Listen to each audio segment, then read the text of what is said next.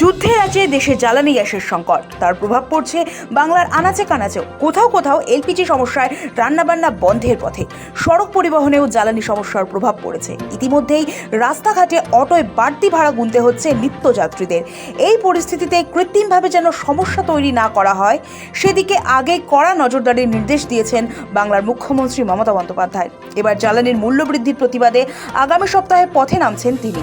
সূত্রের খবর, সোমবার কলকাতার রাজপথে মিছিলে হাঁটবেন তৃণমূল সুপ্রিমো। কলেজ স্কোয়ার থেকে ডরিনা ক্রসিং পর্যন্ত মিছিল হবে।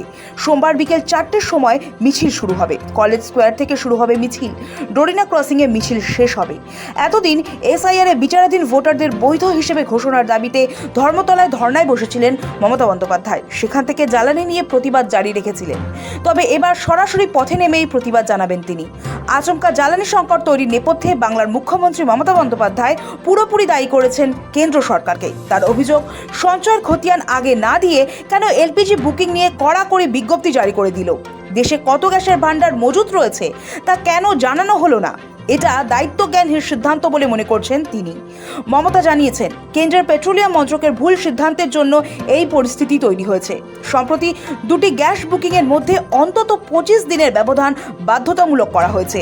এই ঘোষণাতেই মানুষ আরও বেশি আতঙ্কিত হয়ে পড়েছে বলে জানান মুখ্যমন্ত্রী। মমতা মনে করিয়ে দেন, রান্নার গ্যাস সরবরাহের দায়িত্ব রাজ্যের হাতে নেই, এটি সম্পূর্ণভাবে কেন্দ্রীয় সরকারের নিয়ন্ত্রণে থাকা বিষয়। তার অভিযোগ, কেন্দ্রের পেট্রোলিয়াম মন্ত্রকের ভুল নীতির ফলে এই পরিস্থিতি তৈরি হয়েছে, আর এখানেই রাজ্য সরকার আগাম অতি সতর্কতা অবলম্বন করছে। এমন দুঃসময়ে কিভাবে গ্যাসের সমস্যা থেকে আম জনতাকে রক্ষা করা যায় সে বিষয়ে দফায় দফায় বৈঠক করে একাধিক নির্দেশ দিচ্ছেন মুখ্যমন্ত্রী। বুধবার বিকেলে তেল সংস্থা ও গ্যাসের ডিলারদের সঙ্গে জরুরি পরিস্থিতিতে বৈঠকও সেরেছেন। আমরা যেটা রিকোয়েস্ট করছি যে আপনারা দয়া করে এখানকার যে গ্যাসটা এখানে তৈরি হয় সেটা এই ক্রাইসিসের বাইরে পাঠাবেন না, কারণ বাইরের লোক তো আমাদের দেবে না। আমাদের এখানে যে রিফাইনারি আছে সেখান থেকে যেন বাইরে না যায়। এখন কোনো হলদিয়াতে আছে, আপনারা জানেন, কল্যাণীতে আছে, দুর্গাপুরে আছে। একই সঙ্গে মমতা জানিয়েছেন, ডিলাররা আশ্বাস দিয়েছেন যে স্বাস্থ্যক্ষেত্র, মিড ডে মিল, আইসিডিএস সেন্টারগুলিতে কোনো সংকট পরিস্থিতি তৈরি হবে না। আমরা রিকোয়েস্ট করছি মিড ডে মিলের প্রবলেম না হয়, হেলথে যেন হসপিটালের প্রবলেম না হয়,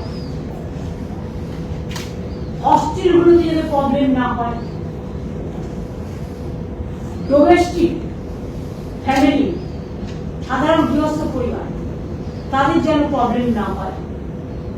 ইভেন আমরা রেস্টুরেন্ট থেকে শুরু করে কমার্শিয়াল যারা করে, যারা হোম ডেলিভারি করে, তাদের কথাও আলোচনা করছি। আলোচনা থেকে এটুকু বেরিয়ে এসছে যে মিড ডে মিলে কোনো অসুবিধে হবে না, আইসিডিএস সেন্টারের কোনো অসুবিধে হবে না। মানে আমাদের সাথে আলোচনার পরিপ্রেক্ষিতে ডোমেস্টিকদের যেটা আমরা বলছি, হেলথেরও কোনো অসুবিধা হবে না।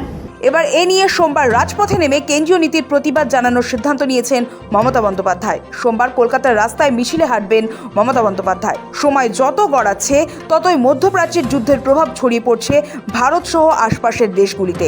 হরমুজ প্রণালী বন্ধ হতেই বিশ্বব্যাপী জ্বালানি তেল সরবরাহের সমস্যা দেখা দিয়েছে। বিশ্বের সিংহভাগ তেল সরবরাহ হয় গুরুত্বপূর্ণ হরমুজ দিয়ে। জ্বালানির সংকট তৈরি হচ্ছে কেন? সব দিক বিবেচনা না করে কেন্দ্র 25 দিনের আগে বুকিং করা যাবে না বলে ঘোষণা করল। দেশে কত গ্যাসের ভান্ডার মজুত রয়েছে? এসব প্রশ্ন তুলে পথে নামছেন তৃণমূল সুপ্রিমো মমতা বন্দ্যোপাধ্যায়। সৌভিক সান্যালের রিপোর্ট, সময় কলকাতা।